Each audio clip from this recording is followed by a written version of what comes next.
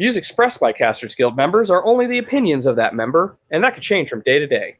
Guild members may use mature language, but that in no way means they are mature. Listener discretion is advised.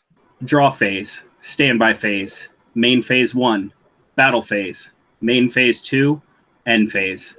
Put in the right hands, these small pieces of cardstock can mean so much more. And that's the spell we're casting tonight on Casters Guild.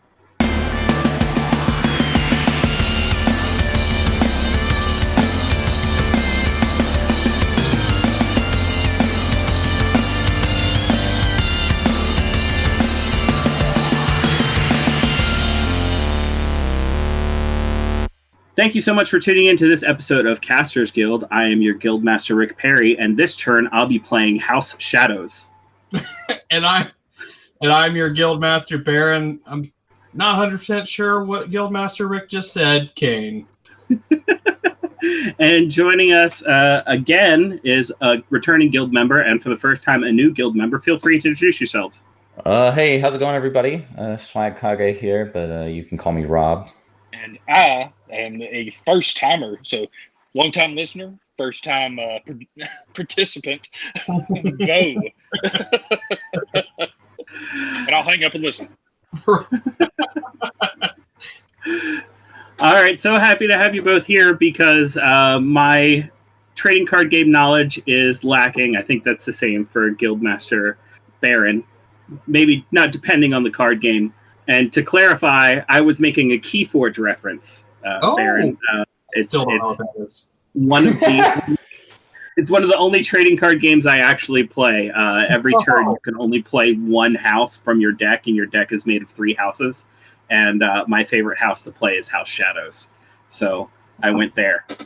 So I think how we're going to kick it off tonight is I'm going to ask the question, and we'll start with our guests. So whichever one of you wants to chime in first. How did you start playing trading card games? Rob, I'll let you go first if you want to. Okay, yeah, that's fine. I started playing trading card games the way a lot of kids did. Seeing either Pokemon or Yu-Gi-Oh on TV, and then seeing the card packs for sale at the store, and being like, ooh, mom, dad, gimme. And for the longest time, the game that I stuck with was Yu-Gi-Oh. I just found it more fun to play than Pokemon. And I also thought that my engagement with Pokemon mostly came from playing the games because it was a game series first, whereas really the only way to engage with Yu-Gi-Oh is either to watch the show or play the card game because it was a show about the trading cards. But anyway, I played it casually for a really long time and only really started taking it more seriously when I had the time and the money to put into the game and buying the cards physically, building a deck, going to events and stuff. And for the most part, Yu-Gi-Oh is what I play, but I have dabbled in a couple other things. Like I think a lot of people have played Hearthstone at least once because it's free.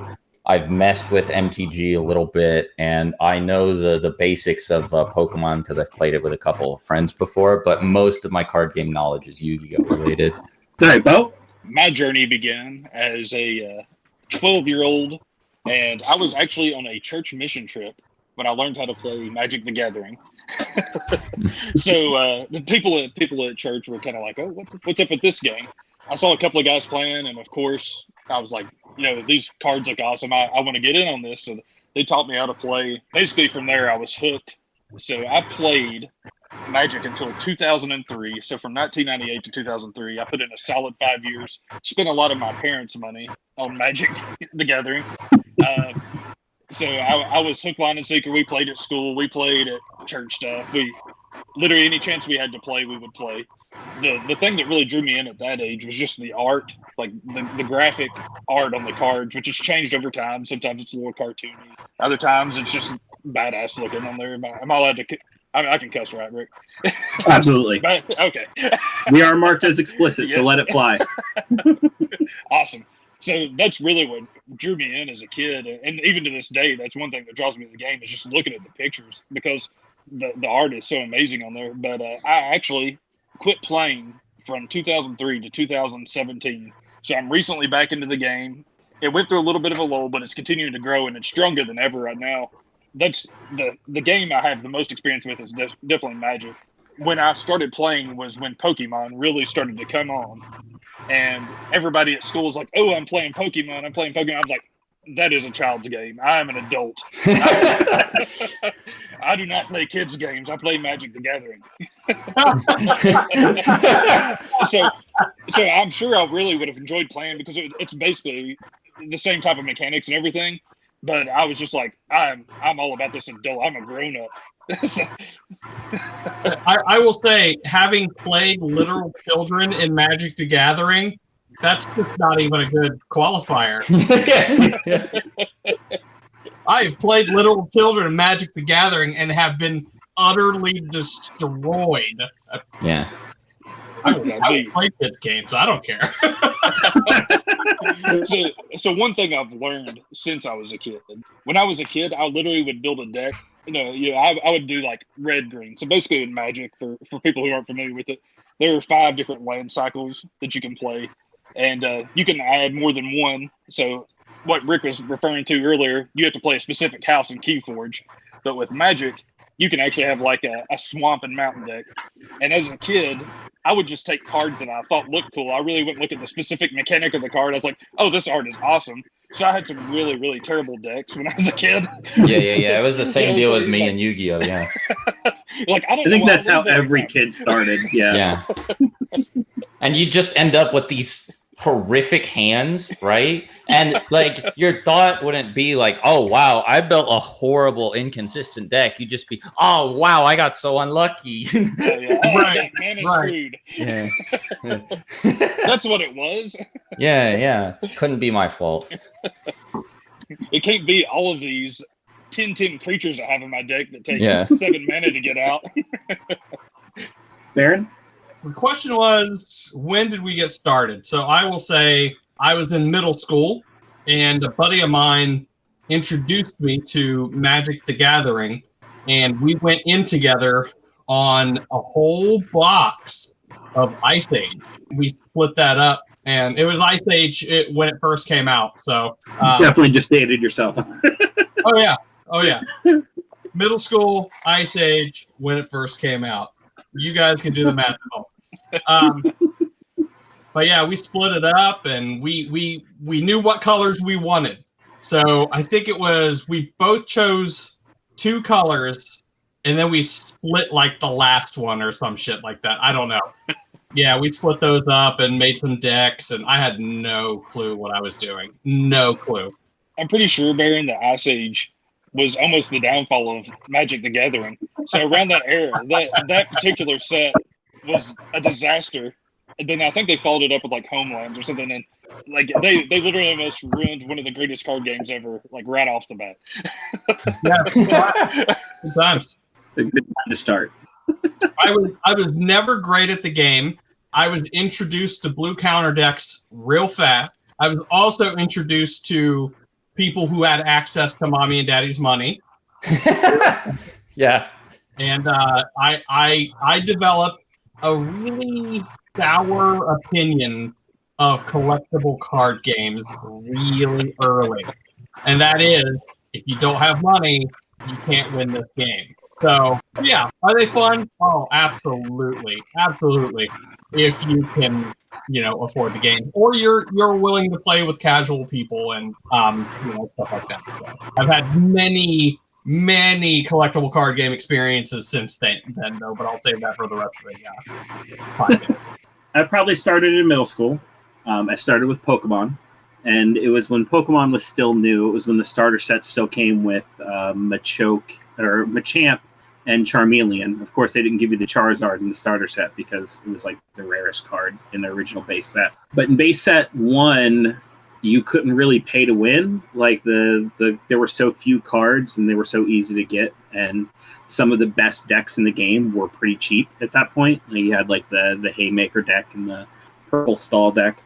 And in my local card shop, I got pretty good after like my first year, because my first year, like I was just like, I'm just gonna play nothing but water Pokemon all the time, and in base set 1, water Pokemon kind of sucked. And that like you guys, I just played the cards I thought looked cool, and I didn't have enough energy in my deck, and I just didn't play it right. A couple years later, I got into Yu-Gi-Oh! And I played that, and I mostly switched over because of the pay-to-win thing that all trading card games fall into. And Pokemon, after the second and third set came out, it was very pay-to-win. Like, whoever had the most money had the best deck, and therefore won all the time. I switched over to Yu-Gi-Oh! Because of the anime, and I thought the anime was cool, and I was like, cool, I want to play Dark Magician, and so I did, and then I switched over to a quick little burn deck that was just quick and didn't have a single monster above 4 stars in it, so I could just play it as quickly as possible until, once again, a couple more sets came out. I think I stopped playing Yu-Gi-Oh! I don't know what set it was, but it was the last set I played was the one where they introduced monsters that could level up.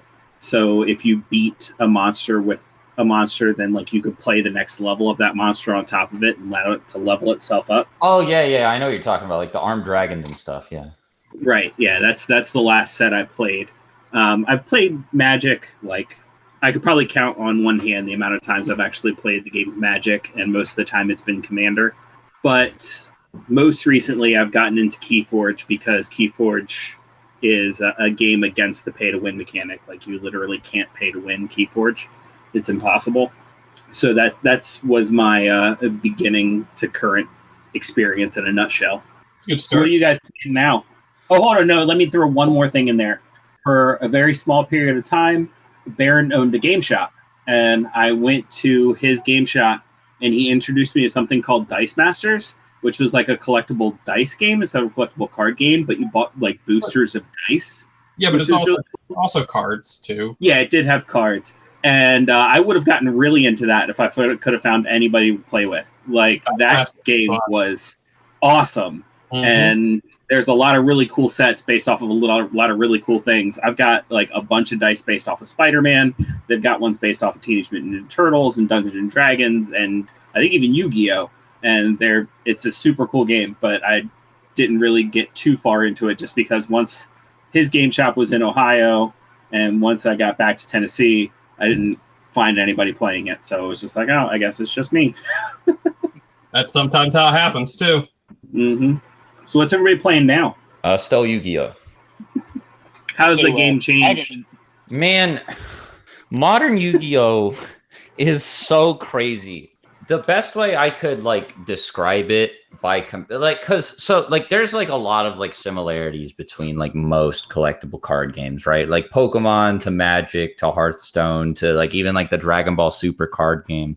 You know, there's like kind of like a language they like all use. There's like a general like feel that they all have and like a tempo that I think that the game designers want to make sure isn't like they want to make sure each game feels about like the same speed. But like Yu-Gi-Oh! Is like if you say those games are like Street Fighter, Mortal Kombat, or like King of Fighters, Yu-Gi-Oh! is like Marvel versus Capcom in comparison. It is so fast, so ridiculous, and so crazy. And you know, when you sit down and play it with your friends casually, you're like, oh, wow, this is really cool. And then like you see some people who are like really good at the game sit down and play, and you're like, what is going on? Like, was this game like play tested like ever? And like you find out, yeah, it's working exactly how it's intended. And I mean, like, I think a fair amount of people know Yu-Gi-Oh! For like the big, like modern Yu-Gi-Oh! I should say, for like the big, like 20-minute long combos that you can do. And I mean, that stuff is definitely like a little bit obnoxious, but it's not like all over the place. It's definitely not as like omnipresent as I think some people would lead you to believe. That's like the meme of Yu-Gi-Oh! Right? Is like the meme is modern Yu-Gi-Oh! Is just sitting down and watching the other person take their turn. But the deck that I play and I'm currently looking at for my my like last 15 games on online rank ladder, I have like a 100% win rate. Like I think I won my last 15 games all back to back, and my deck is summon a monster, slap a guy at cards, and pass.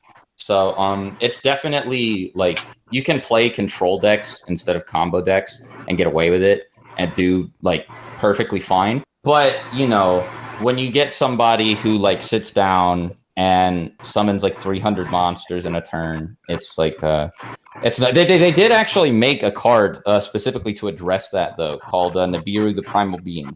It's a card that you can activate during either player's turn. So even if you go second, you can activate it before you draw your first card. If your opponent summons 5 or more monsters on their turn, you can just tribute their whole field and give them a token with the same amount of attack as like all of their monsters that you just tributed combined. So they just sit on a big token, but with no effect. So it's usually really easy to get rid of it. So, it's not as like combo swarmed as it once was, but man, like for a while, like 2018, there were, I don't know if you guys know what FTKs are, like first turn kills where they like kill you or like win before you even get to play. But there were like 4 FTKs that were like consistent in 2018.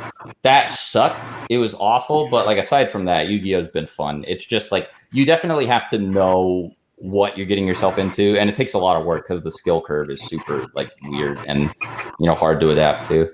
Now, Bo, you're mostly playing Magic now, right? Yeah, it's pretty much just strictly Magic. So obviously with the pandemic, there's not a lot of card shops open to play, people head to head.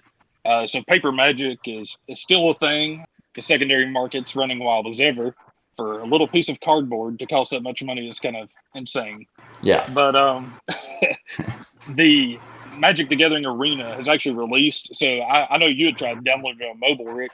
I've been playing on an iPad, and it's really smooth on there. So anybody that if you're wanting to get familiar with the game, it kind of walks you through a tutorial. If you've never played before, it kind of forces you to go through it when you first download it and play some matches on there.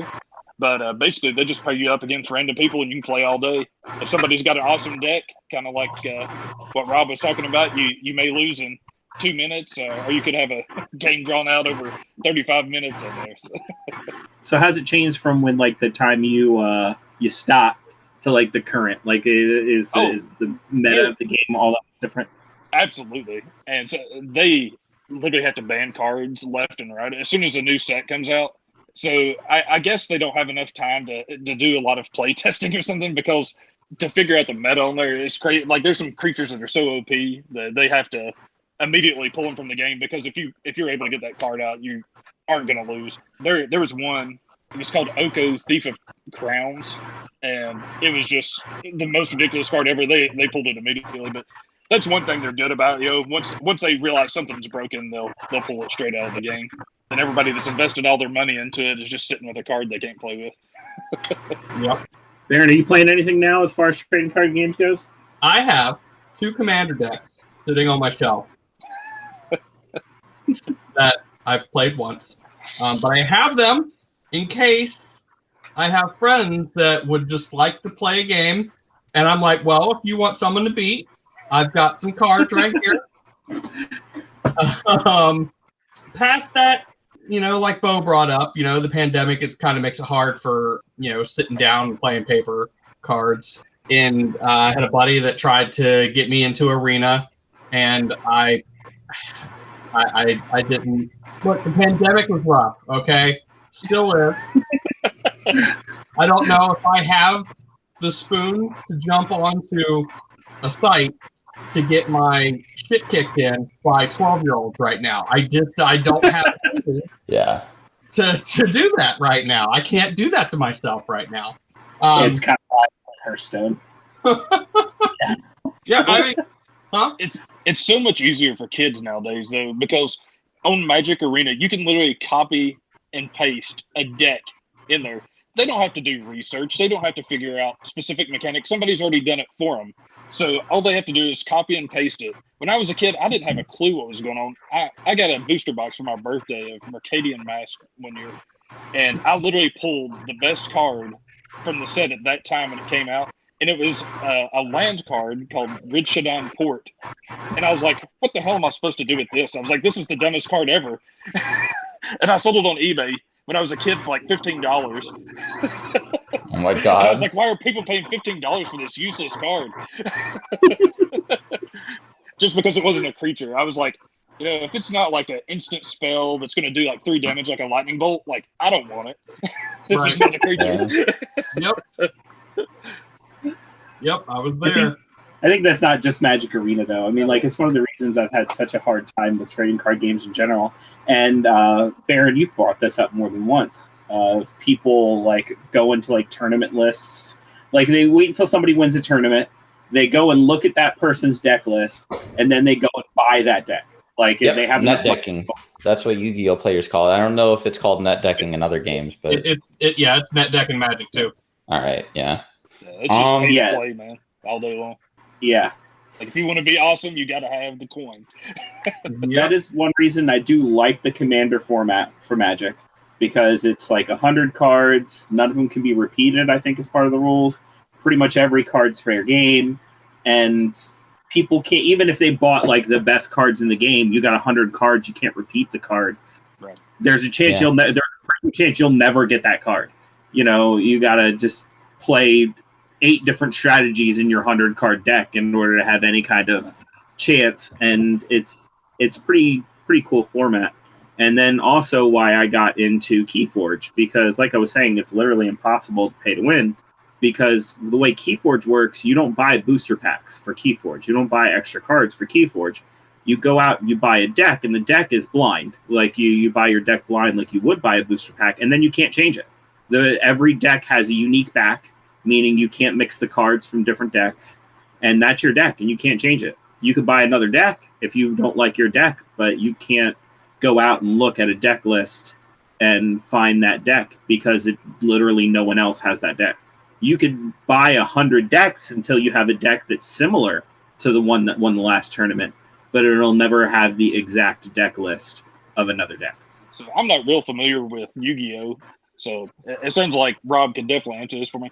So with Commander, it's considered a singleton format. So like Rick said, you can only have one of each card in there. You can't duplicate anything. Do they do stuff like that with Yu-Gi-Oh! As well? Man, Yu-Gi-Oh! It's so frustrating because so set rotation is like one thing that, you know, it kind of defines a lot of card games, right? Like Magic, Pokemon, they rotate the old sets out so that you can't play old cards. But that's not the thing with Yu-Gi-Oh! And I think that they know that if set rotation was in Yu-Gi-Oh!, the game would kind of die immediately, because one of the reasons it's so popular is because of stuff like Blue Eyes, Dark Magician, whatever. So the card pool just always gets bigger. And it's really frustrating then that in a game with like 11,000 cards, there are no alternate formats. There's advanced, traditional, unlimited. Advanced is playing with the current ban list. Traditional is you play with the current ban list, except all cards that are banned are now limited, so you can just use one of any card that's banned. And unlimited is just like you can play 3 of everything. Both of those 2 side formats are horrible because most cards that are banned in the game are banned for a really good reason. There are a lot of like super degenerate cards on there, like on the forbidden list right now. Like there are 3, I think, that have an effect where like you can activate them and your opponent can't activate any effects or summon monsters on their turn. It's like really dumb. You don't want to play a format with that. There are other formats that are like community run. Like the biggest one is GOAT format, which is 2005. It's like spring to summer of 2005, where the reason it's called GOAT format is because the most popular card was, or the most popular deck, I should say, was a deck called Goat Control, which used a card called Scapegoat.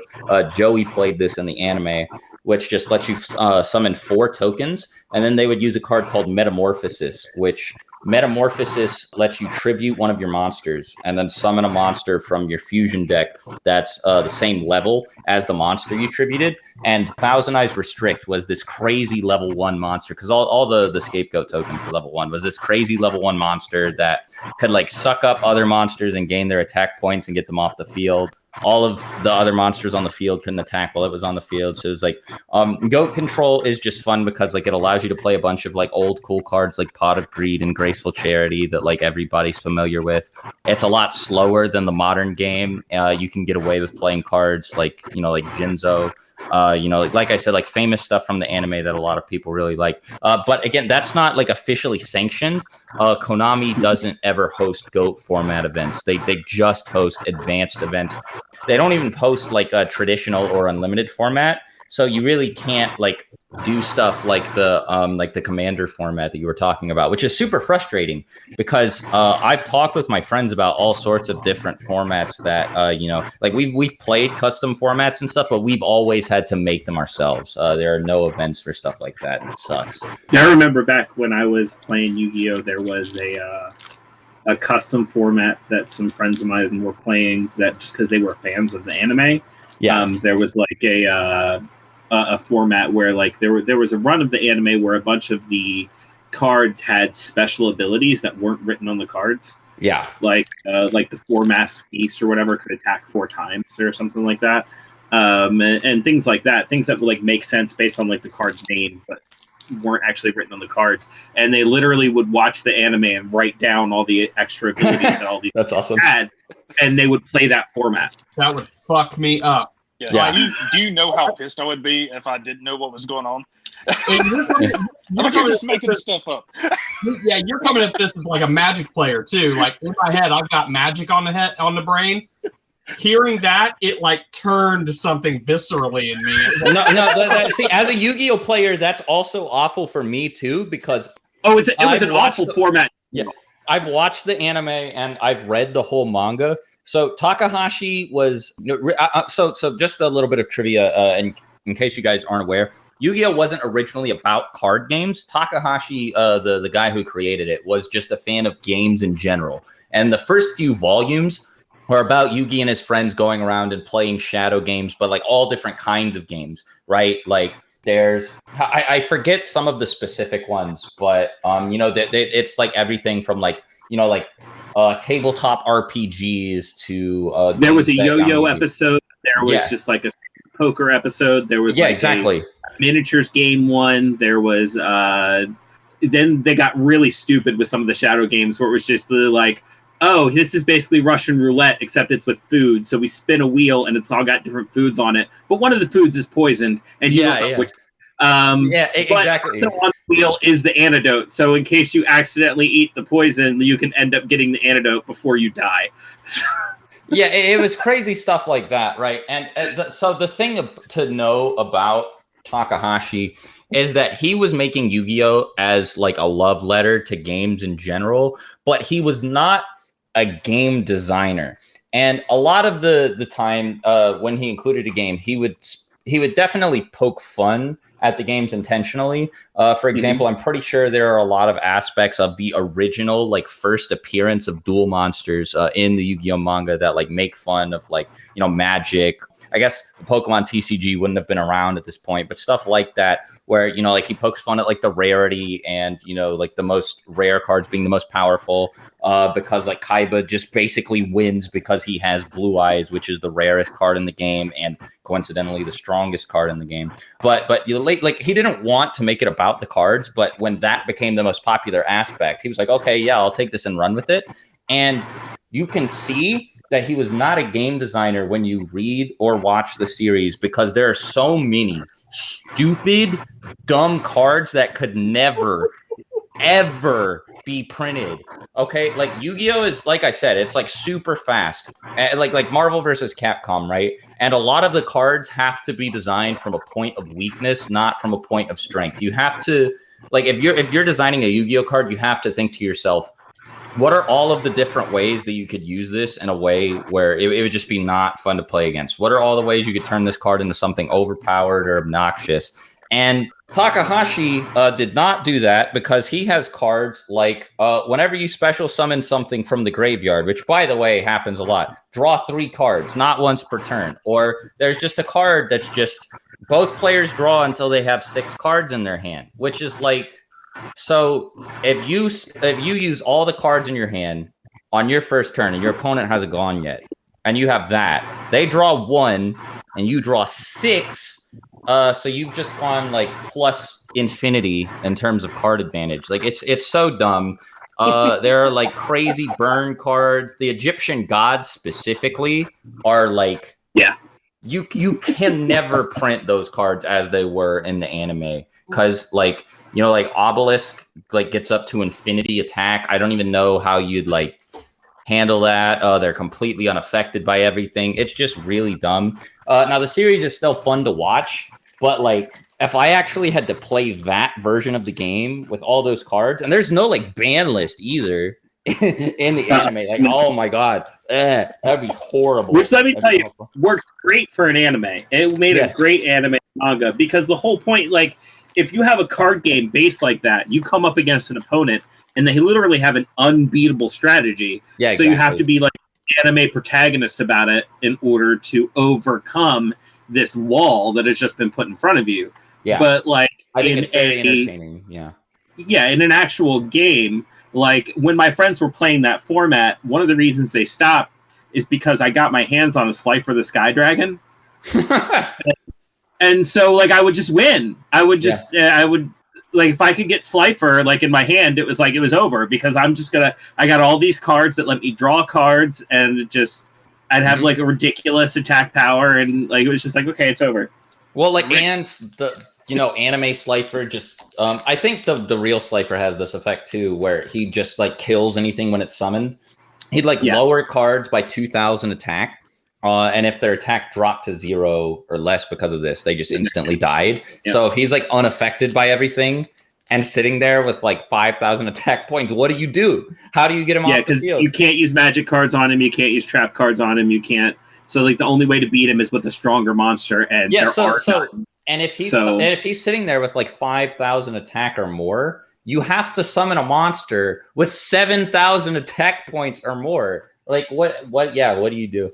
Which doesn't exist, No. Rick, you just got uninvited from Yu-Gi-Oh! Game Night, is what it sounds like.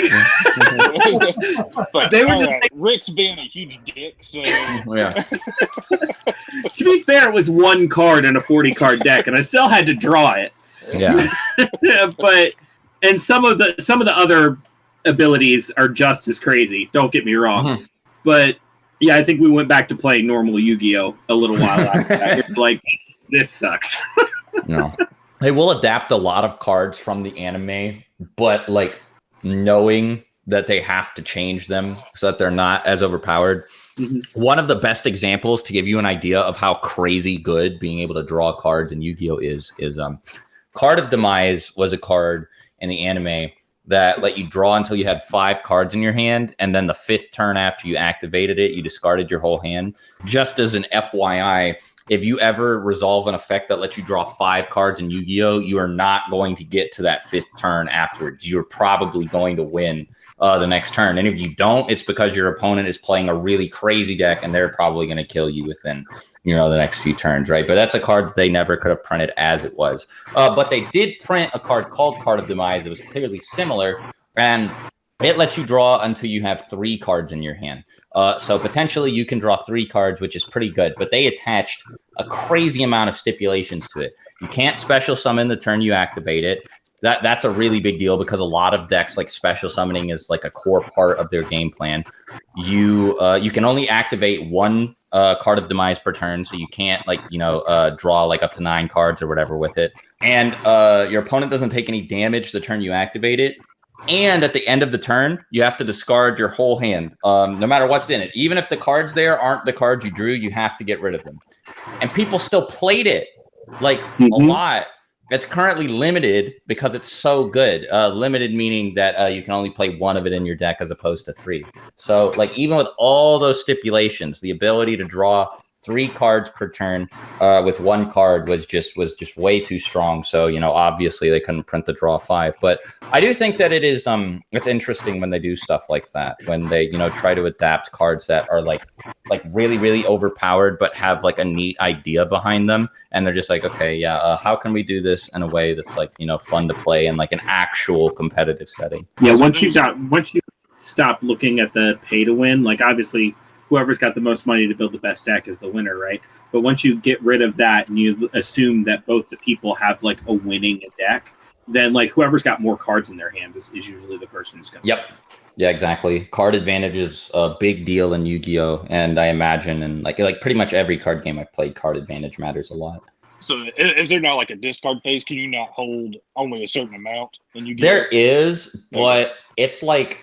So you can only hold up to 7 cards in your hand, I think. No, only up to 6, but usually you don't get... You usually use a lot of cards, and you usually also don't get to the point where you're holding 7 cards in your hand. So most of the time people aren't going to be discarding cards during the end phase just because of how many of their resources they're using. Because like the thing about Yu-Gi-Oh is that there's no mana system or anything, so you can use pretty much any card you have in your hand turn 1, which means that all of the cards that you have in your hand are always super, super valuable. And you want to make sure you get as much use out of them as possible. So there's definitely reasons that you would want to like hold cards in Yu-Gi-Oh, but there are rarely ever times where you want to hold like that many in your hand at once, if that makes sense.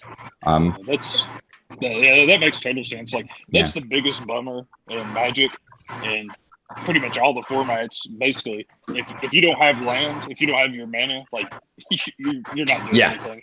So that's why a lot of people are moving towards the game. I haven't played it yet, but I looked at it. It's called Flesh and Blood, and basically it eliminates that too, where you can't get mana screwed, because it's literally the worst way to lose.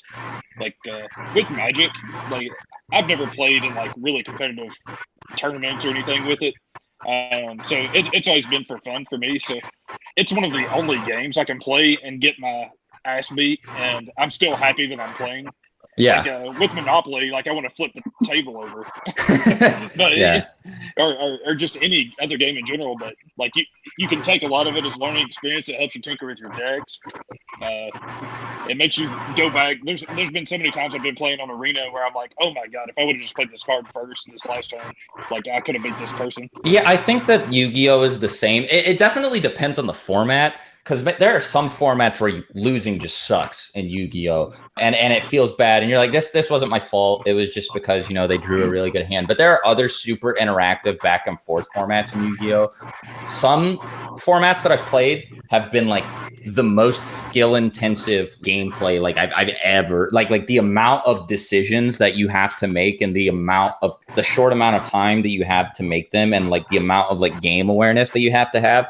It was like so high, and it felt really good to be constantly improving at the game and getting to a point where I could be aware of all of those things. Again, it depends though, because there's some Yu-Gi-Oh formats where it's just like you do your combo and then you win if your opponent doesn't have any way to disrupt you or break your board at the end. But like like peak Yu-Gi-Oh, when it's really at its best, yeah, I get what you mean. Like even when I would lose, I wouldn't even be that mad, because I would just be having so much fun playing and going back and forth and taking mental notes and being like, oh, I could have done this here, or I could have done that here.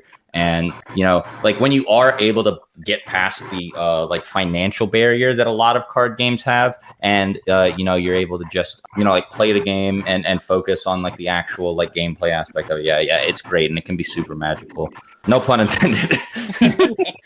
Well, that's one thing. Magic actually came out in the last couple of years, and it's gained a ton of popularity. It's a format called Pauper, where you can only play. So it's also a singleton format, kind of like Commander, where you can only play one of each card. Yeah. But essentially, you can only use common cards. That's awesome. So that takes so obviously it's built the price up on a few commons that are kind of overpowered, but at the same time, it's very affordable for people to play. Because some of the decks, like if you want a really competitive deck, you're paying upwards of like $700 to $1,000 just to get all the cards. Like the normal person just doesn't have that kind of money to invest in something like that, for something that you're playing for fun. Yeah, exactly. I guess if you like to win money, like I would never go to a tournament and be able to win money. The thing that sucks about Yu-Gi-Oh is it's kind of similar price point wise to Magic, except there's no prize support aside from just more Yu-Gi-Oh cards. So you're really paying just because you like playing the game a lot. Now, to be fair, the cards generally do retain their value unless they're super broken and they get immediately banned. But usually the cards do retain their value for long enough that you can buy them. And then if you hold on to them for a little while, like if you're like market savvy, then you can sell them and make enough money back to buy, the next deck that's really good or whatever. But you do have to be pretty good at the game and pretty like into the metagame and the market. So I agree with you. Most people aren't really going to be able to be playing at like that level. So stuff like that is really cool. There have been like Yu-Gi-Oh like streamers and YouTubers who have hosted common only tournaments. Which and like the really neat thing about that is they're on like online platforms where all of the cards are technically free. So it's really just to see what you could do with stuff like that. I've never been to like an in-paper comment only tournament, but yeah, stuff like that is really fun, and it also forces you to be a lot more creative because like your options are so limited, and like the kind of card synergies that you normally take for granted and like expect just don't exist anymore. So some cards that used to be really good are just like not anymore, and it's super neat. And again, I wish Yu-Gi-Oh had more officially like sanctioned formats like that, but it doesn't. And if it did, I think it would be a lot more popular. But oh well, I can only hope, I guess. When I was running my game shop, we had several common only tournaments. That's awesome. Because we had a lot of kids coming in, and these kids can't compete with these adults that were coming in and spending hundreds of dollars a week on cards. And not even just at my shop; they would go to other shops and buy rares and ultra rares, and basically we had people building the net decks, and it was insane. So for these kids, you never dealt in singles, right? Huh? You never dealt in singles, right?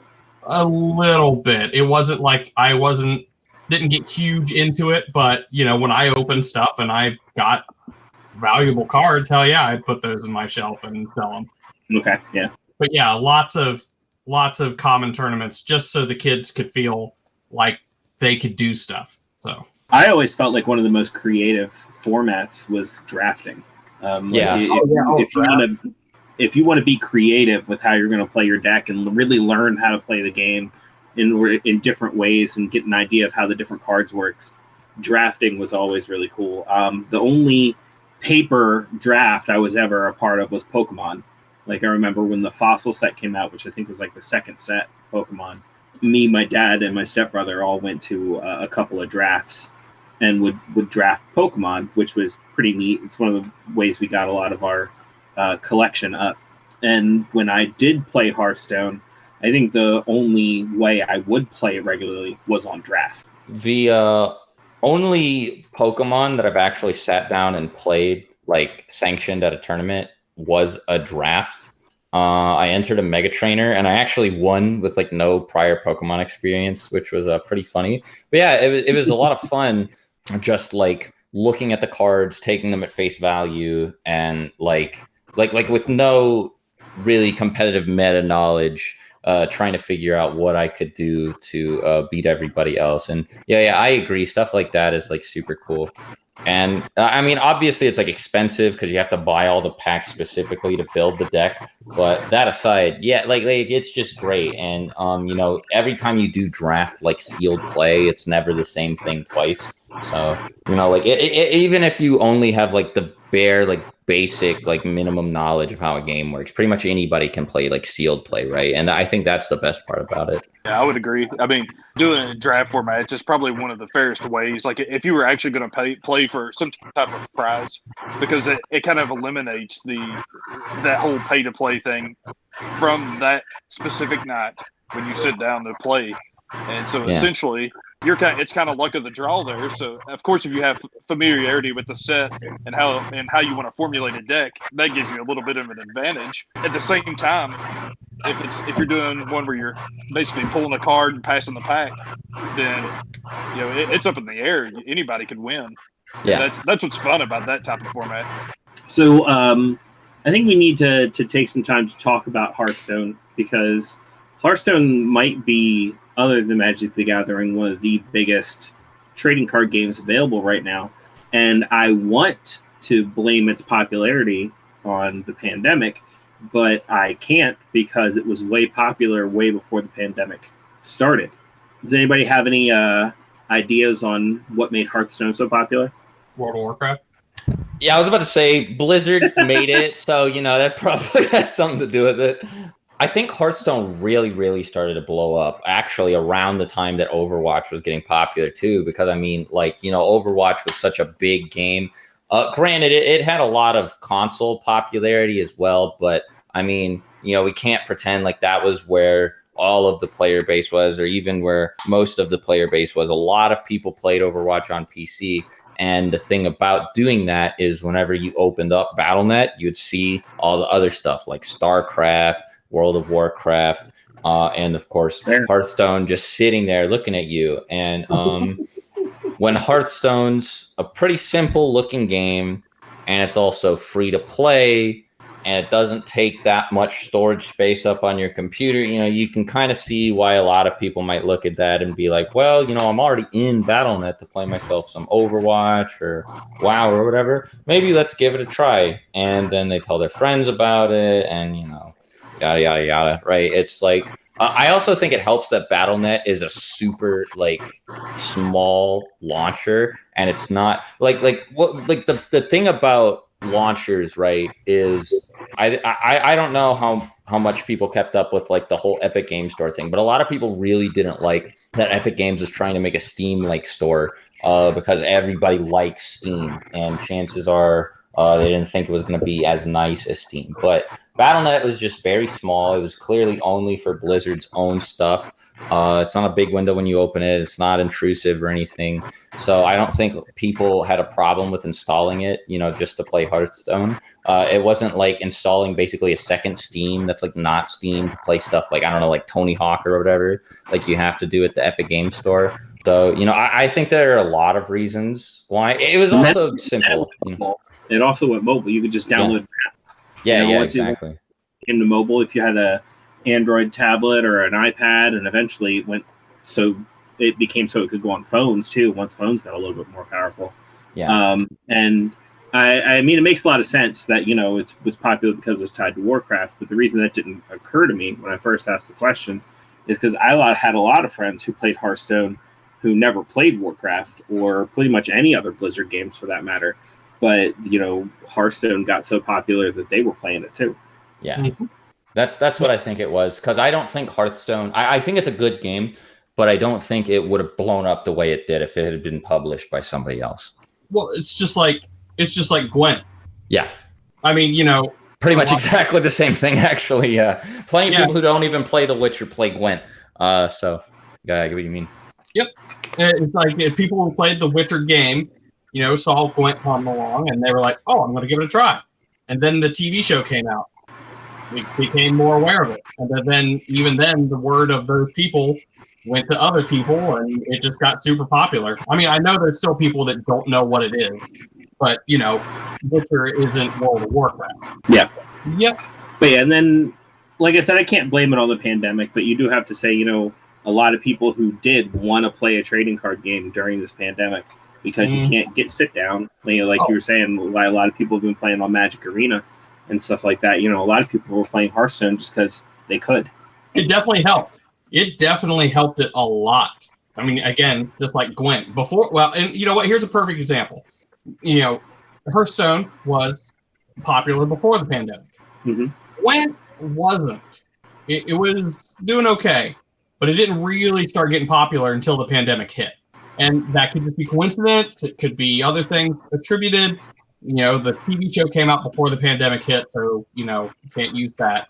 So, I mean, could have been anything, but coincidence kind of throws in that, maybe the pandemic might have had something to do with it. A lot of people got into Yu-Gi-Oh! During the pandemic as well. I mean, really, a lot of stuff just got popular, right? Like, this extends beyond card games, like TV shows and stuff. Like, I watched all The Sopranos during the pandemic, for example. So, That's a heck of a one to catch up on. Yeah, I know, right? Yeah, Amazon's really making out like a bandit all the way around, isn't it? Yeah. Uh-huh. Yeah. All the way around. Wow. So, I mean, I definitely think that, so Hearthstone doesn't owe its success to the pandemic. Obviously, I think it got more popular during the pandemic, but I think it's just, and of course, I think it helps that it's just like a well-made game too. It's just simple. It's easy to pick up. The animations are pretty and nice. And then, just as a cherry on top, it's tied to Warcraft. So Warcraft has always had that tongue-in-cheek humor as well, where it never really took itself too seriously, which I think lends itself well to the quick little card game because you can infuse a lot of that humor into a lot of those cards, which I think makes it seem a whole lot more accessible too. If people are downloading that app for free and giving it a shot, and then seeing goofy things going on instead of it being super serious. I mean, that makes it a whole lot more accessible. I'm gonna have to check it out for sure. Like I can't really give an opinion on any of it, but it sounds like something I need to check out.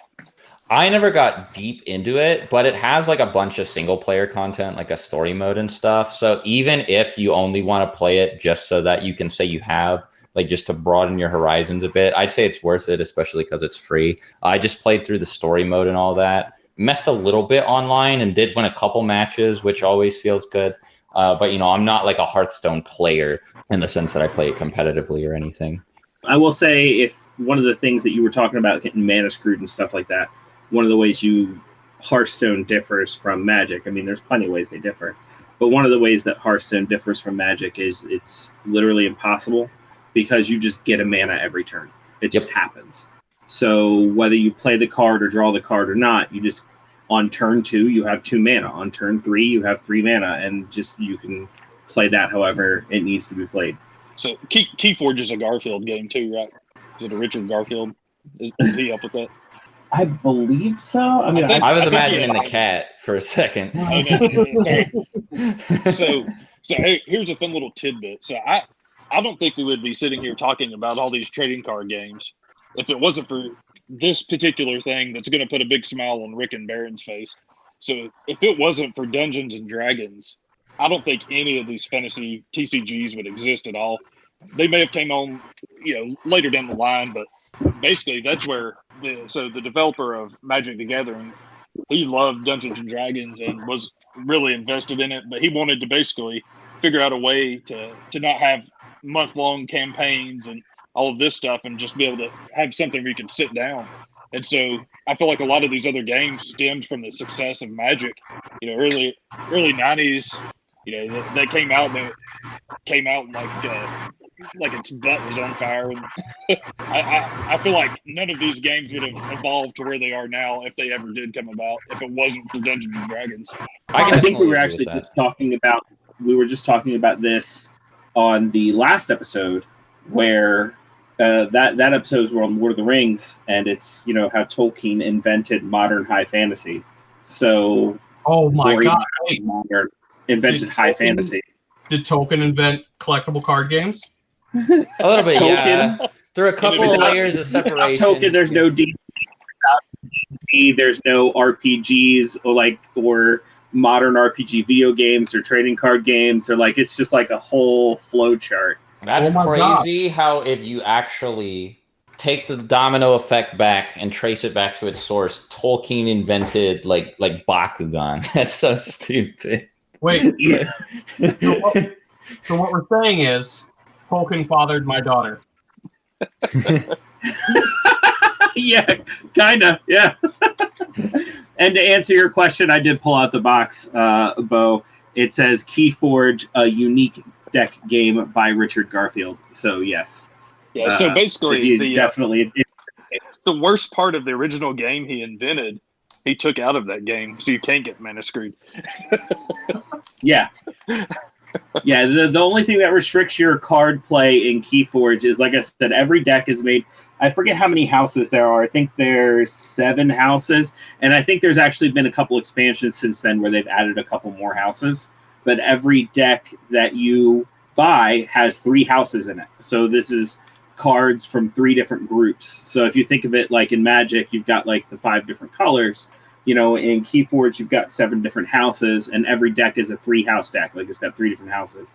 And just at the beginning of your turn, you call a house. You're like, okay, this turn I'm playing House Shadows or House Discord, or there's a bunch of different houses, and you could only play cards from that house on that turn, with, of course, certain exceptions. There's always exceptions to every rule in every card game based on what's printed on the card. That's how the card games work. But yeah, that's the only restriction to what cards you can play on any given turn. That's cool. That's pretty cool. But I feel like we need to segue back to Token's big dick energy that he's still producing. Yeah, I agree. Yes. My daughter Andy has just a big leave dick. it there. This isn't fun. This isn't fun anymore, guys.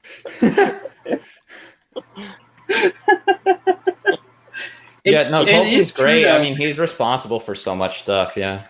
like I said, we talked about it last week. I was like, if I'm going to talk about Tolkien, because like my knowledge of the Lord of the Rings wasn't huge. I was like, but one thing I do know is a lot of things I do like, Tolkien is either directly or indirectly responsible for.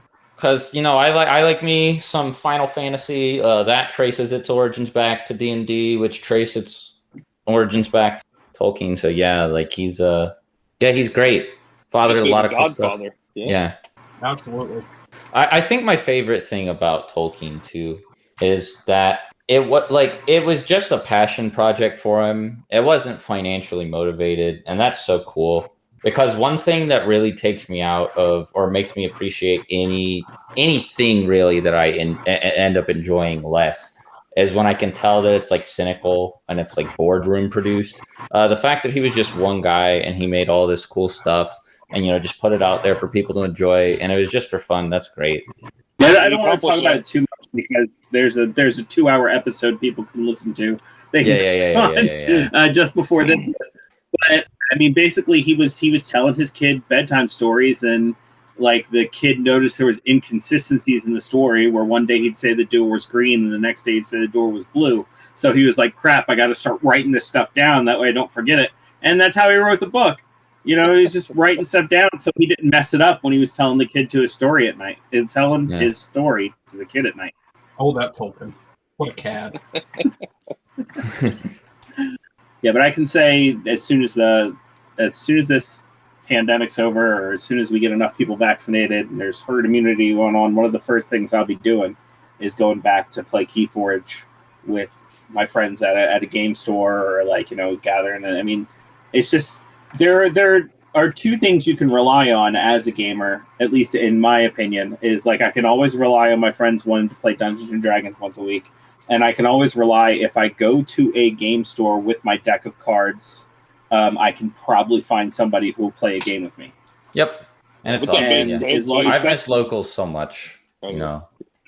With that being said, we should just drop the, support your local game shops for sure. Yes, absolutely. They need it. Make sure you do. They might look like they're doing fine, but if everybody who passes by just assumes, they don't need me, then they'll go out of business. They do. Yeah. I promise you they do. I have a rule whenever I go to an FLGS, that stands for Friendly Local Game Store. I will not leave without purchasing something. Yeah. Be it just a set of dice or a pack of whatever kind of cards or whatever. Like, I will not leave that store until I have purchased something, because if I'm there, they need my money. Especially if you're there to use a table. Yeah, I agree with that. Yeah, I mean, I'm not going to be one of those people that was like, these people always piss me off. But I always noticed that I would have several people come in, use my tables to game. They would play D&D. They would, play cards. But they would never buy anything. And it's like, well, whatever. My tables are open anyways. But, thinking about if everybody who came in spent even just for a pack of cards, that would have went a huge distance. Oh, yeah. So, yeah, if you're listening to this podcast, every ear that my voice reaches right now, please, just, if you want your gaming habits to continue, and you want to be able to play local, which, trust me, you want to be able to play local. It's just not the same when you're playing online or having to travel far. Let me also add, if you only play MTG Arena or like anything online, just try, even if you have to borrow one of your friend's decks, if you have the ability to try to play in person. It's completely different, and it's so much more engaging. It's so much more fun. Oh yeah, as someone who is very empathic, it is a completely different experience being able to sit there, see the person's face, essentially, feel their energy while you're playing. It's just like playing poker online. You can't, completely different. Yeah, it's not the same thing. Yeah. Yeah, people have talent. You could tell when people are thinking. So yeah, So yeah, if you're, like Swag said, if you're playing online and you're not great at it, try it in person.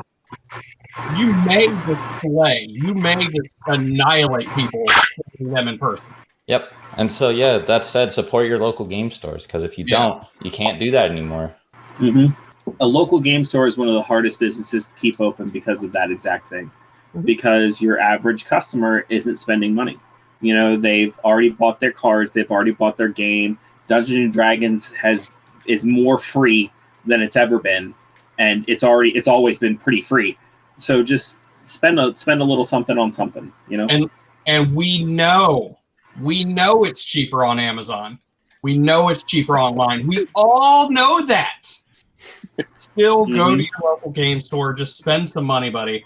I mean, if you're going to buy bulk, whatever, buy online. Even though most game stores will give you a deal if you buy it by the box. If you buy it by 2 boxes, they will give you deals. We know it's cheaper online, but come on. Like at the very least, if you're just passing by, you know, yes. just go in and buy like a Dr. Pepper or something. Yeah, you know what, too? You guys go in there and you buy snacks, you buy drinks. I guarantee you, they're getting more of a deal off of you buying the food there than they would be, like, say, you buying a pack of cards. Yeah, that profit margin is higher on those things. Yeah. Yeah, and also, if you're interested in playing any of these games, if you were to go into LGS, I know we're in a different time right now, but once everything opens back up, like, if you see a group of people playing games, I guarantee you, if you don't know what they're playing and you want to learn, every single person there will be willing to show you how to play the game. Somebody will sit down with you for hours and show you how to play the game. I would love to teach someone how to play Yu-Gi-Oh! Yeah, that sounds awesome. Yeah, I will say that it can be for different reasons. You know, some of us, you know, want more people to play with. Some of us like passing on that knowledge. Be warned, some of them want someone to stomp into the ground and shit talk you while you're bleeding under the table. Yeah. Somebody wants you to come to the next draft and then take all your cards. But they will teach you. There will be a lesson learned. I will say, like, I'd love to 100% just announce that the age of gatekeeping is over.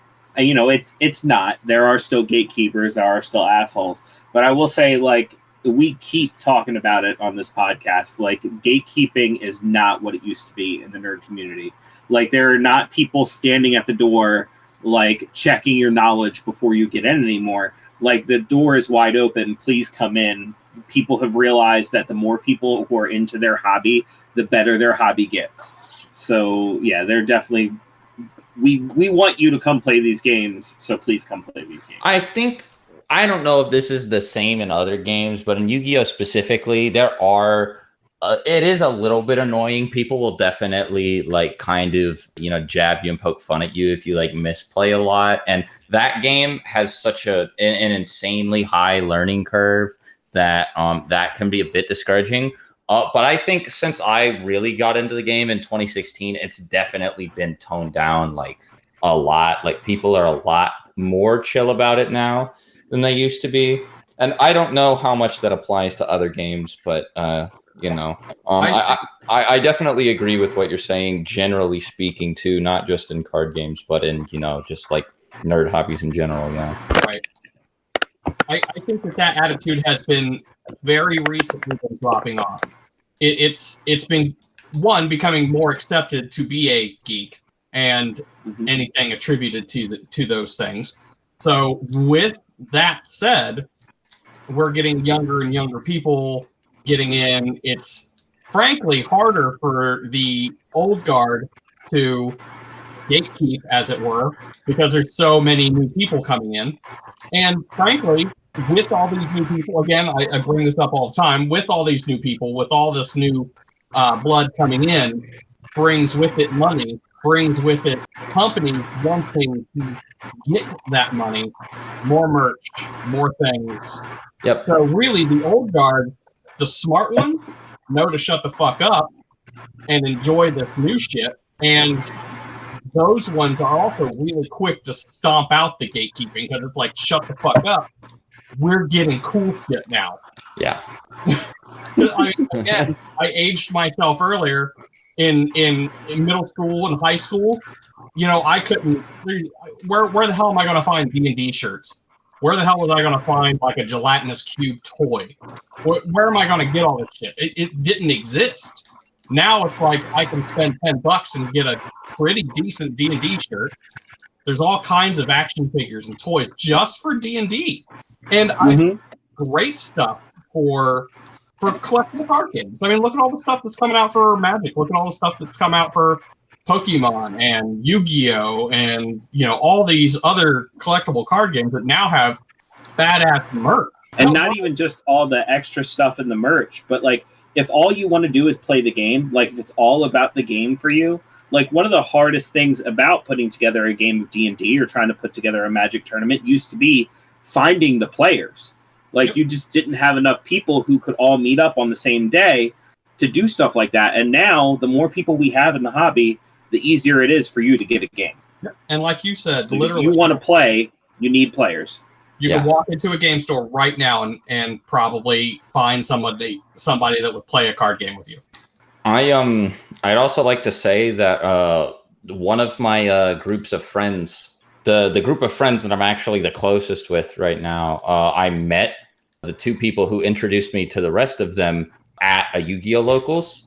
So, I mean, like, yeah, it's just, it's really cool to have, it's really good to just make sure that everybody's, down to earth. I don't think anybody really needs to hear this. I doubt that, anybody listening is just sitting there crossing their arms like, no, I only want vetted people playing Magic with me. But, just in case. Just in case. That person, they're most likely not fans of our podcast by this point. Yeah, they turned this episode off like an hour ago. Yep. Yeah, that's the great thing about TCGs, though. It's just the camaraderie. You could literally sit down next to somebody you've never met in your life, but you already have something in common that you can talk about. Yeah, exactly. And that's the joy of the games because, I might be getting my ass stomped in, but at the same time, I'm meeting a new person, talking about stuff that we both mutually like. Yeah. So that's the great thing about the game. It just brings people together. Mm-hmm. It's that open mutual interest. You don't have to interview somebody to figure out what they're into. You know what they're into. It's right there in front of them. But we like the same thing. How do you know? You got the cards out. Yeah. We're literally playing the game that we like. Yeah. I don't even know what I'm doing here right now. What is this? Somebody's like, oh wait, you like Yu-Gi-Oh! And you just snap out of it. Wait, no, and you leave. Yeah. Now that was some kid's grandpa that had to come and fill in the 8th slot so that we could have a full tournament. but the cool thing, a lot of the time, people will have they'll be carrying stuff with them that is indicative of other interests. It doesn't even have to be something obvious like a shirt or a jacket. People can have themed bags or a themed play mat or themed sleeves or a themed water bottle, or one of their friends walks by and you hear them talking about something you like stickers. Yeah. All of that stuff. And so it's really, really easy to make friends in a setting like this because, I'm pretty sure, everybody can safely agree nobody's only interest is the trading card game that they play. Right. So, you're bound to find some other overlap there and maybe run into your future best friend. And I think that that's really cool. Mm-hmm. Well, and then even then, let's just say there's not. Bo was saying that D&D just isn't his thing. If I was to sit across from the table with him and play Magic with him, I would make that automatic assumption that, hey, you know what? You probably play D&D because you play Magic, which would honestly strike up a conversation, and we would probably talk about. Yeah, you're right. Yeah. All of a sudden, I'm sitting at your D&D table the next week. It wouldn't be the first time that's happened. I'm not even going to lie. Oh, don't. So I'm not going to say too much, but Rick and I work at a common place, and I've literally seen Rick get people working with him. Some random person walks in and he's like, hey. That's do you awesome. like Dungeons and Dragons? And now the tattoo is definitely going to help now. Oh yeah, the tattoo has started so many D&D conversations. Like it used to be like I'd wear like just like a little D20 necklace or something like that, and like somebody would notice it, and people would either assume I played Magic or assume I played D&D because apparently D20s are used a lot in Magic for life counters. Yeah. So like there were some people who straight up come up and ask me, "Oh, what color do you play?" And I'd be like, what? That's always really awkward. Yeah, like when somebody thinks like that, like something like they think that you're like saying something that you're not, and then like they act like, and you feel like really stupid. You're like, yeah, oh, like am I just out of it or what? Yeah. And they'd be like, "Oh, you play Magic, right?" And I'd be like, "Oh, I've played Magic like a couple of times. When I do, I play Black. I'm sorry." But I was like, "No, I wear this for D&D." But like, yeah, that's used to start a lot of conversations. And now the tattoo, it's like, "Oh, that's a dragon and that's a D20." Like I know exactly what you do. And I'm not going to say I take advantage of it, but I do work in a sales position, and like when people like me, they do tend to buy more things. So, but anyway, Rick's getting a lot of interest from older women over that tattoo as well. So that's true. I'm like 78-year-old women. They're like, "Ooh, I like that tattoo." Let me take a wild guess though. It's the tattoo and the hair. No, it might be, but what they always ask is about the text. Like I have like for those who have not seen my tattoo because we are in audio format, I have a great big paragraph of draconic text across my forearm, and like everyone's always interested in what it says or you know what it is, what language it is. It's definitely a conversation starter. Yeah. I think it's a Bible verse. Them old ladies coming up to you, needing a young man, getting them ready for the end.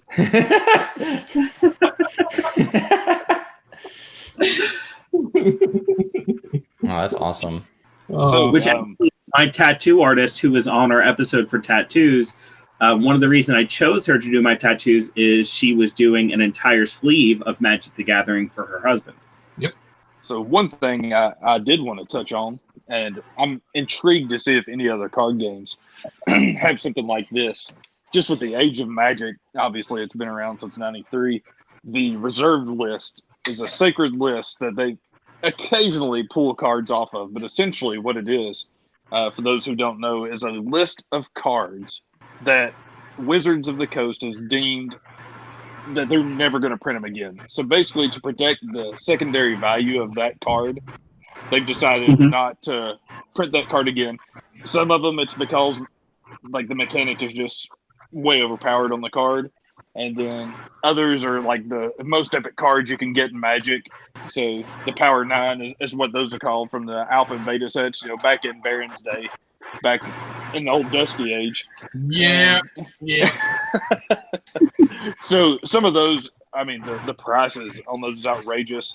And am I allowed to like shout out something here from like another YouTube channel? Oh yeah, that's fine. We talk about other YouTube channels all the time. I have no connection to Dan at all, but there's a guy that this is really, really cool stuff. He has a YouTube channel called Open Boosters, and when he was younger, he has a bunch of unopened packs of cards that he just never opened. His dad actually hid them from him at one point in his life, and he basically gave them back to him like 8 years ago or so. And he goes in and opens up these old packs from like 1993 and just gets Is that epic the guy who pulls. ended up because he opened a Black Lotus? He's opened at least 2 on there that I know of. Yeah, like it was just like a really old pack that never got opened, and he opened a Black Lotus. Yeah, he's opened at least 2 on it. Yeah, and he's opened a lot of other epic stuff on there. So with the Power 9, you've got all the Moxes. There's like a Mox Ruby, Mox Emerald, and basically each one is tied to Swamp, Mountain. So it's just color formatted, and then some of the other big cards there are going to be like Time Walk, Time Twister, and Ancestral Recall. I'm pretty sure you opened up an Ancestral Recall on there as well. But I mean, those are awesome cards. And just watching somebody open it up, like you actually get that adrenaline rush. Like when you see them, you're like, oh my god. Oh yeah, so, I was doing I was helping a buddy go through his cards. Now, this dude used to own his own business. It was super successful. So he would just spend money on things, just whatever. So he had a shit ton of Magic cards, and he wanted to sell some, so he wanted me to go through them and see. So I'm going through them. I'm seeing some really good cards, and then like I flipped through one of his binders, and it was like, is that a dual land? Yeah. I'm like, flipped it, and then it was like a whole page of dual lands. I'm like, what the fuck? Yeah, I was just gonna go donate these at the local Goodwill. Oh my You're God. actually sitting on a gold mine. Yeah. Yeah. I was like, what the fuck, man? So it's like he obviously bought somebody's collection, is what it was. So he spent some money to get them. But even then, it had been maybe at that point, maybe 18 years since he bought them. So it's like, oh my God, man. He got him for penny dollar. It's probably somebody just getting rid of their collection. Mm-hmm. Yep. So yeah. I have a really fun little saga with one expensive Yu-Gi-Oh card that I had. So when I was a kid, we already talked about how I didn't really know what I was doing in terms of deck building. So I just had all these dragons shoved into a deck together. No rhyme or reason. I needed to get 3 Blue Eyes so that I could. And by the way, summoning Blue Eyes Ultimate Dragon, which is what my game plan was here when I was scouring for Blue Eyes White Dragons, was never it wasn't good at all, even a little bit. Way too many turns for what it is. Well, it's not that. It's so in order to summon that fusion monster, you need the 3 Blue Eyes and polymerization, and in order to do that, that means you have to use 4 cards to get 1. And the Blue Eyes Ultimate Dragon is strong, but it doesn't have any protection. So they could flip up a trap hole and it would just immediately die, or a mirror force or whatever, right? So it wasn't worth it. But I, as a kid, thought it was cool. I also didn't realize how easy it was to get a hold of Blue Eyes. So I didn't know that you could just get them from a structure deck. So I would go around my locals just, looking for stuff that I wanted to get. And I found this one guy. So I had a Metal Raiders Black Skull Dragon. Metal Raiders being the second set of the game, and Black Skull Dragon being one of the priciest cards from that set. And actually, I can go ahead and look up Black Skull Dragon value real quick here. But it was worth a fair chunk of money. At least I think. Maybe it's gone down, but I'm looking for the first set. Anyway, the point is that it was a pretty expensive card, and Blue Eyes wasn't worth that much. And I found a guy who had a Blue Eyes, and he thought he swindled me out of my Black Skull Dragon by giving it to me. Because he was like, "Oh yeah, I'll make this trade." Blah blah blah. I was a kid. I didn't know any better. And later, I was told by somebody that I had been, swindled, and I was like, "Oh, okay, that sucks. I didn't know." Later on, I years and years and years go by without me thinking about it, and I'm looking through my Yu-Gi-Oh collection, and for some reason, I do a little bit of research about this Blue Eyes in particular. It is a card. It was a promo from a game called Dark Duel Stories. It was you can't get them anymore because it came as a promo, and I mean, there's definitely no way you're gonna find a sealed copy of the game that still has it or whatever, right? It is just out of circulation forever, and it's a Blue Eyes White Dragon, so obviously that's going to have an effect on the value. Now, when I was I don't know, I was 15 or something when I found out about this. I was like, oh wow, let me see how much it is, and it was going for $300 or $400. I was like, okay, yeah, that's pretty good. So I put it up because I really wanted an Xbox One because the Master Chief Collection had just been announced, and I really wanted to play Halo 2 again. And I do that, I get my $400. I'm like, okay, yeah, cool. And every now and then I check to see how much money the card is worth, and people sell it for 5 to 10 grand now. So I did end up making a lot of money on the initial trade, but if I had held on to the card for a little longer, it would be way more valuable. So it's I don't know. The Xbox One and the Master Chief Collection were definitely nice at the time, so I guess I'm not too upset. But it would definitely be a cool card to still have. It's a real roller coaster. Yeah. Like I said, it was a saga. To circle back a little bit, Bo, you reminded me when you asked if you could mention other YouTube channels, and I don't know why I didn't told you about this earlier, knowing that you're a Magic the Gathering fan. But one of my favorite YouTube channels, and anyone who's listened to the podcast for any amount of time, they probably already know I'm a big Game Grumps fan. I'm wearing a Game Grumps t-shirt right now. One of the main, probably the head of Game Grumps, one of the main two people, Aaron Hansen, started a whole nother channel called Shuffle Master, where all he does is open Magic the Gathering packs and play Magic the Gathering. So if you're looking for a cool Magic the Gathering YouTube channel, maybe check out Shuffle Master with Aaron Hansen. And then one of the reasons we even have Rob on this episode is because I watched a video of his on YouTube all about Yu-Gi-Oh! And I was like, yeah, this dude knows this stuff. We should probably get a card game episode. So yeah, you should probably go check out his Yu-Gi-Oh! Stuff too. Ludwig watched that video on Twitch for movie night, and that blew my mind. One of my friends told me, yeah, Ludwig was watching your video. I was like, but it's not finished. It was supposed to be a preview. Oh no. And like I watched his reaction to it, and he was like, that was a weird way for it to end abruptly. And I was like, no, oh no, you have no way of knowing, but this was just Oh, it sucks. it was cool because he said he liked it. He just thought it was weird the way it ended. But I was just like, nah, bro, you don't understand. It was cool that he watched it on stream though. That like I don't know who recommended it to him or if he just found it, but like that was really bizarre. Like to just find out that was happening. Well, Bo, you were about to say something about a card, or? Oh yeah. So I was going to see if you all had any like specific cards or anything card related that is kind of like a treasure to you. So I sold my original collection that I had. I sold my sophomore year of college for way less than what I should have got for it, and I've always regretted that. But over the last couple of years, I've got a couple of things. So one of my treasured cards now is I actually went back and got a Guy's Cradle. So I never actually pulled one out of the Urza's block. That's when I basically got introduced to the game. Was during the Urza's Saga block. So that's probably like 97, 98, somewhere in there. And so I've always loved those cards. And so I actually have an original Guy's Cradle.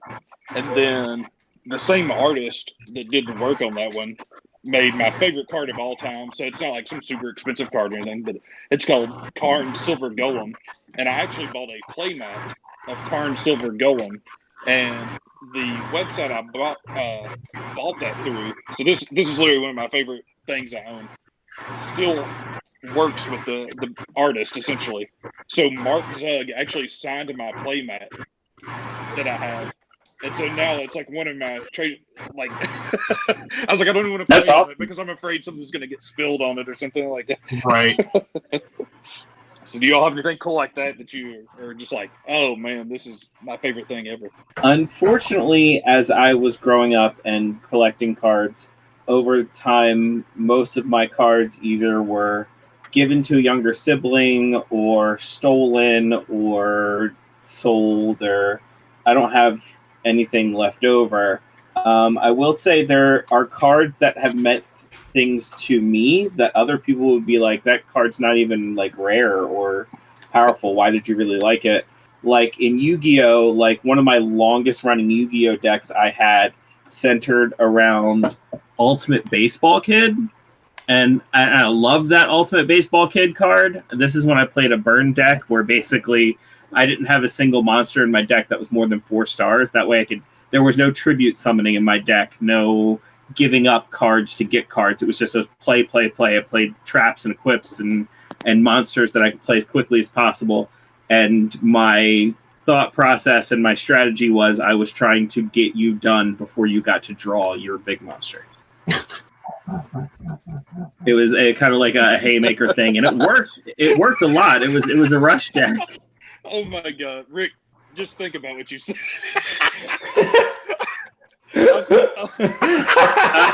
It took me. I went through that so quickly. I don't even know what words I used. So I'm the only one in on the. You said I'm trying to get you done before you summon your big monster. Oh, God damn it! You pull out your big monster. Oh, pull out your big monster. That's even better. Oh my god! Baron picked up on that first, and I was like, "Oh my god!" I get why that's so funny. I was like trying to like go along, like yeah. But what makes that funnier is Rick is usually good at like doing shit like that on purpose to take out of my sales. Like, I just completely. Yeah. Oh, God. So did you ever succeed in finishing somebody before they got their monster? Oh yeah. I won a whole lot more than I lost. Because basically, I'd usually win in like turn 2 or 3 before anybody got a chance to set up their engines. So that was beautiful. Basically, it was a bunch of Darkfire Soldier, Blazing Apache, because like all the cards that were like that were all fire, and then like I'd have like fire field cards that would boost up my fire monsters, and like a bunch of equip cards. I played Maha Velo in that deck for a little while because basically it was a very easy card to get out, and any cards you equipped, it got like an extra 500 attack points on top of whatever the equipped card did for it. So it was like, that was my powerhouse. Like if you were to bring out a powerhouse monster that my small monsters couldn't defeat, then I'd bring out Maha Velo and equip like 4 cards to it. But Ultimate Baseball Kid was one of the ones I got from a pack, and I just thought it was a really cool card because it was a low star fire monster. It fit right in the theme of my deck, but you could sacrifice fire monsters in order to do damage to your opponent's life points directly. So if I had enough fire cards out, there was like pretty much nothing you could do. I'd just sacrifice them all and be like, okay, all your life points are gone. I'm sorry, the game's over. So it's basically like a aggro style deck too. Oh yeah, if played properly. Yeah, it was just you don't get to play because the moment you put out a card that you would tribute summon next turn, it's gone. Like I'm not gonna give you time to set up your thing. So basically, you wouldn't even buy them dinner first. No, no, we went straight to the deed every time. We said deck afterwards, and then deck. I said deck. And then back before that, I can't believe I didn't remember this story. I'm unlocking a memory right now. Back when I played Pokemon, like I was a kid who didn't like to do his homework. Like I always felt like I was kind of like above homework. Like I get A's and everything and not do my homework, so I'd end up with like a C average. So my dad made me a deal that like if I would start doing my homework more often, he'd buy me any Pokemon card I wanted. And he's like, who's your favorite Pokemon? And I was like, Snorlax. So like one of his buddies found out about this card called the Drunken Snorlax, which was like was only printed in Japan. So like you couldn't get the card in English. It was only in Japanese. And it was Snorlax. And like it was, I think it was reprinted in America as Team Rocket's Snorlax. And like the art was changed on it. But in the original Japanese art, it was Snorlax just lying on his back and like he was surrounded by beer cans. And like the implication was he had drunk himself unconscious. And he got me that card and I love that card. So like I had that card for a little while too. So that one meant a lot to me. I don't have any one individual like single card that means a lot to me, but if you were to ask any of my friends, they'll tell you when I play a deck, I usually really like that deck and all of the cards in it. And that's usually pretty true. There are a lot of Yu-Gi-Oh monsters that I have a super like tight, like attachment to. Not like just like thinking about like not just cards, but like fictional characters in general. Some of these cards, like I legit like evoke like more strong feelings from me than like some of my favorite like fictional characters or scenes or whatever, right? Like I like them more than I like certain characters I grew up with as a kid that I really liked. And I mean, like it's all for one reason or another. Sometimes I think the artwork is cool. Sometimes I think that the deck is just really fun to play. But I do think that it's pretty fascinating just how much I've grown to like a lot of these cards. Like I said, there are a lot of them. There isn't really one that I can point to that I like the most, but I do have a lot of like really, Yu-Gi-Oh cards that I think like really, really highly ever look at really fondly. I would kind of say I'm in the same boat as Swag there. I don't have a single card. However, I do have things that I've held on to through the years that I just can't bear to part with because it just is just kind of cool. The two commander decks I've had since I've had my store open. It's a commander deck for Xenagos the Reveler, and then the other one is just a werewolf commander deck. They're both really cool. I've been hanging on to an Al Snow Raw Deal deck for years. No one plays Raw Deal anymore, and if they do, it's very select people. Again, if anybody doesn't know what Raw Deal is, it's a collectible card game that came out, around 2000. A lot of fun. Around the time everything had a collectible card game. Correct. But I think that Raw Deal is probably the card game that I had the most fun with. If it was still going, I would probably still be playing it. And then I also have a box. And when I say box, I mean it's a cardboard box that just has a bunch of Rage the Apocalypse cards. I've never learned how to play it. I've never had anybody that would want to learn with me. But I have a shit ton of these cards that I could probably make a couple of decks with that I just have chilling in my house right now. It's based off of a tabletop RPG called Werewolf the Apocalypse. This card game has been out since the 90s.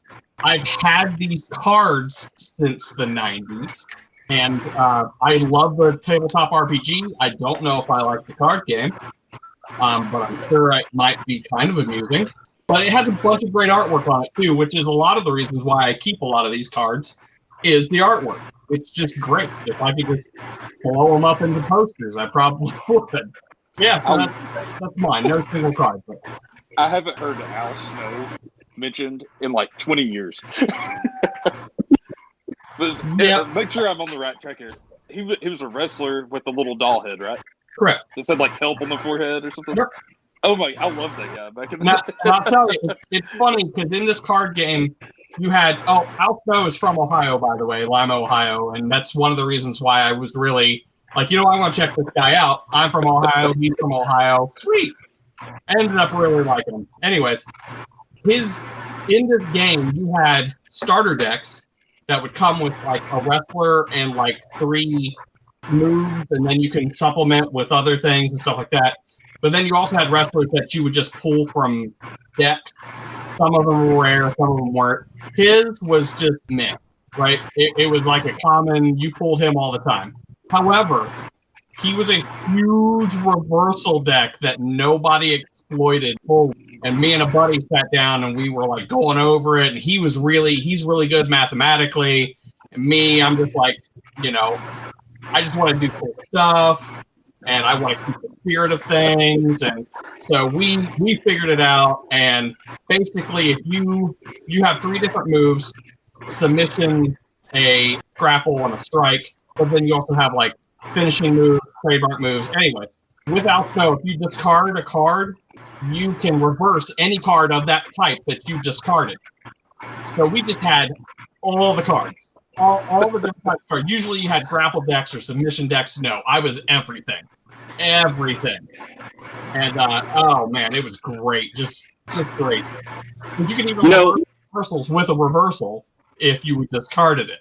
So, celebrities like Al Snow have probably been asked to sign just about everything. But if you brought him that card, he'd probably think that was one of the coolest things somebody asked him to sign. I was real pissed. I went to a show in Louisville, Kentucky, and it was a horror convention. Was not expecting to see Al Snow at a horror convention, but it was also like there was a comic book convention kind of thing going on too. But I'll be damned if I didn't see his ass there. I'm like, God damn it. So he was in a movie, like a little B movie, and I was like, you know what? I'm going to buy this fucking movie. I'm going to have him sign it. So yeah. Now I gotta take this deck everywhere I go now, just in case he's there. Because he might be, Yeah. You're going to go into like a Denny's and Al Snow's just going to be sitting there and like, excuse me, sir, can you sign this deck of cards? Who was it you ran into at a Barnes & Noble? It was Al Snow. Oh, that was Al Snow as well? Yeah. So wait, you've met him twice and you haven't had? I wouldn't approach him at the Barnes & Noble. Yeah. I wouldn't. Was he in the adult section? Well, he was there looking at maps and stuff, and I was like, okay, this dude he's doing something. I'm not gonna fucking bother him. So, yeah, I'm one of those fans. I'm like, I don't want to bother him. Oh yeah. So you've run into him twice and still haven't gotten your Al Snow card signed. Correct. That's awesome. That's so funny. What if you approached him at the Barnes and Noble and just like body slammed your ass right in the middle of the store? That would be a story. Yeah, that would be awesome. He'd like pick me up and like, no. Go over to the young adult section. He just carries me over. Now you can and go. Fuck you, Twilight. Everybody's on their phones right now Googling Al Snow. Like, who the hell is this Al Snow guy?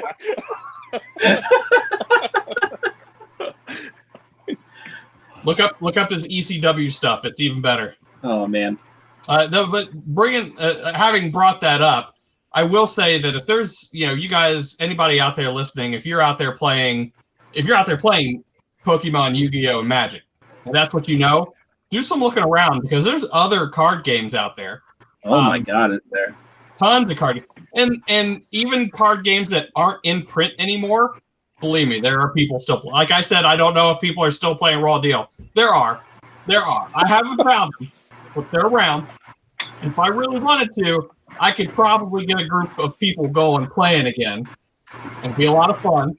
Oh God, I was so horrible at that game when I first started playing it. So horrible. Those offshoot card games, those ones that aren't like the big three, I guess you would say, the Pokemon, Magic the Gathering, Yu-Gi-Oh! That I would probably say those are the big three. Yeah. If they're not the big three, you could probably find a 2-player starter kit for pretty cheap and just play with one friend. Be like, split the cost of the 2-player starter deck with a friend and just see if you like it. I mean, I played once again, we're unlocking memories here. I played a Shaman King card game for like a week when it came out, just because like when it came to like anime and manga, Shaman King was my jam for manga. Like I used to go get my Shonen Jump. I used to get Shonen Jump just for Shaman King. And I'd read the other stuff in it, like Naruto and stuff like that, but I used to get it for Shaman King. So when I saw there was a Shaman King trading card game, I bought the Yo and Amidamaru starter deck immediately and learned how to play that game. Unfortunately, nobody else liked Shaman King as much as I did, so they were like, why am I going to buy all these cards? But I played it for like a week. In case anybody's interested, I have 12 starter decks for Raw Deal right here. Oh my God, that is an unopened box. That is in the shrink wrap. Let me zoom in. I want to see who. So we got. Is that Bret the Hitman Hart, or is it? That's The Rock. Oh, if you smell. Kane. Triple H. I see. Mankind. Oh yes. Stone Cold. Of course, Stone Cold. Yeah. Oh, this is straight up Attitude Era. Yeah. Oh yeah. Oh yeah.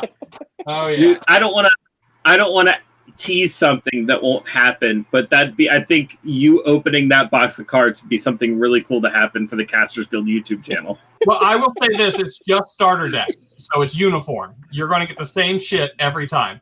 Okay, but still, I think that'd be. Now, if I could find a box of boosters somewhere, that would be great. The greatest troll job ever would be if somebody's listening to this and then they sold you a box of boosters of all Al Snow cards. They just like reseeded the packs with all Al Snow.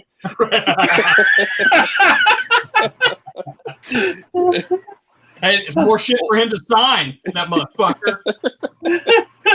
Keep Or popping if up. Al Snow is listening to this and he sends you a signed card.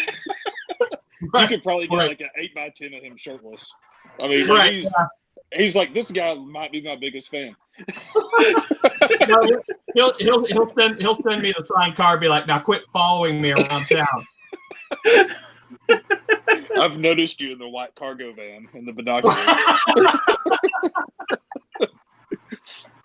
So, look, it said free head on the side, but it meant I had the mannequin heads that I was giving away for free. I've got way too many weird offers. You get all these strange men knocking on your cargo van outside of Target. They were so mad when I gave them the mannequin head too. I don't understand. They just sat there and pulled their monster out. Yeah. Rick couldn't finish him in time, so He just didn't draw the right cards. I just didn't draw the right cards.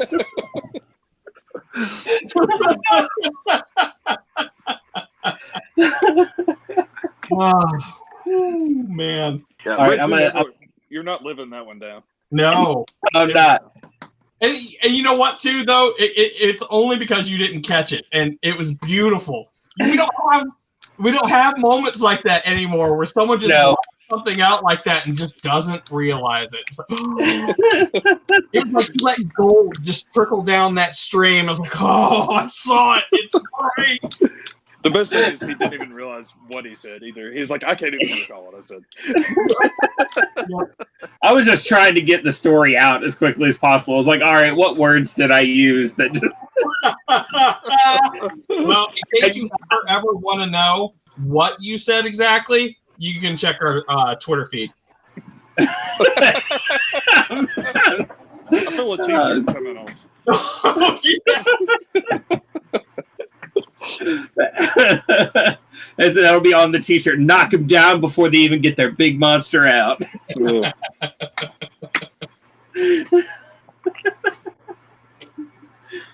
The bigger the monster, the harder they come. What? Wait.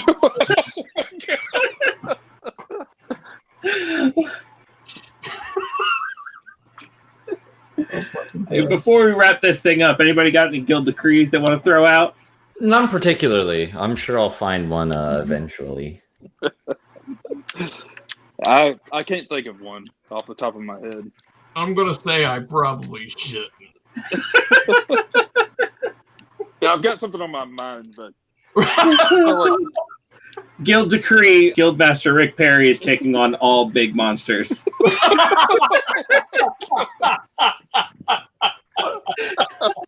yeah, I wasn't gonna go there. I was trying to be nice. Like, I've already gave you enough shit over it, but That's fine. I'll do it myself. It's fine. Oh, man. Oh. So good. All right, you want to throw a bow on this one, Baron? I mean, I got a blue one. Be like you won first prize. Stick a blue bow on that big monster. I guess I'll start off the closing by saying, and it can't be reiterated enough. Please go out and support your local game stores. Yes. They need it. Whether like Rob said, whether it looks like they do or not, they need it. And not only will they be getting something out of it, you will be getting something out of it too. You'll get tons of interaction just going in there, playing games, spend some money, and it helps everybody. It helps the gaming community at large. It'll help you. It'll help your local game store. Believe me, there's one close to you. You may have to drive a half hour, but let's face it, that's close. Past that, there's tons of games out there for you to play. Find your game. It doesn't have to be Magic. It doesn't have to be Pokemon. It doesn't have to be Yu-Gi-Oh! But those games are fun too. Find you a group that you can knit with, and if you got the money, blow it and go to some tournaments. Maybe win more money because you could, or you just want to have fun. You want to stay home playing Raw Deal, which is an out-of-print card game, and play Mankind and throw someone through 3 tables. Then do it. I have a Mankind deck. Anybody wants to play. But yeah, I mean, there's lots of people out there that you can meet. I mean, just look at the four of us. We're all really different, and we all can come together by playing card games because we pretty much just did. Come together playing card games. What? I didn't want to waste a guild decree, but you think I was going to let it die like that? Come on. What kind of card games are we playing? So, thank you. We can both. play them on here. I'd like to thank both of the guild members for coming on to this episode. Bo, if people like what you had to say and they want to find you on the internet or possibly play you in Magic Arena, where can they find you? On Magic Arena, I'm at Shooter McGavin 3. So, big Happy Gilmore fan. So, shoot up. And if you want to find me on the Twitters, you can find me under Bo Edwards or at the Nature Boy. So there may be more Nature Boys out there, but I am the only one named Bo Edwards. So, woo! Nice. Rob, how about you? If people like what they had to say, they want to find you somewhere on the internet or possibly play some card games online with you, where can they find you? My username for YouTube, Twitter, and actually Dueling Book is Swagkage. So SWAGKAGE. Go check me out if you feel like it. If not, no big deal. And thanks for having me on. It's always Thanks for coming. Yeah, of course. I've got one more thing. So on Twitter, this goes out to Gavin Verhey or Mark Rosewater. If either one of you would please like my tweet, I've been tweeting them every time they talk about something. I say, bring back brown borders for artifacts, and neither one of them have acknowledged me yet. so if you were listening to this, bring Answer the man. my brown borders for my artifacts. Damn it! Come on. Thank you so much for tuning in. Please email us at castersguild@gmail.com with any questions or anything you'd like to hear us talk about on the cast. Or in this particular case, maybe where we can find you on Magic the Gathering Arena or Playbook or anywhere else that we might be able to play some card games with you. I believe I am Toad Sparks. That's TOADSPARX on Magic the Gathering Arena. I finally got it to download on my phone. I'm still in the tutorial, but I'll get there. And check us out on the socials, and we will see you in the next one. Bye, everybody. Bye. Bye. Bye. Bye. Bye. Bye. Bye. Bye. Bye. Bye. Bye.